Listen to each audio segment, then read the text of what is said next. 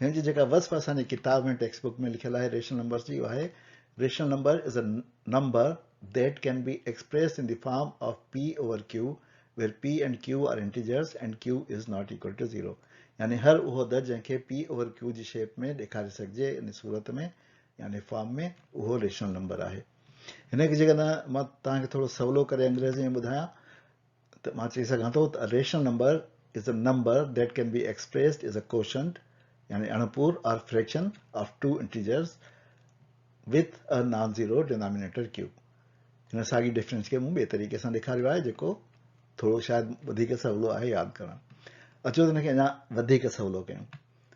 Any fraction with non zero denominator is a rational number यानी हर उहो अदद जंहिंखे अणपूर जी सूरत में लिखी सघिजे उहो नातिक अदद आहे।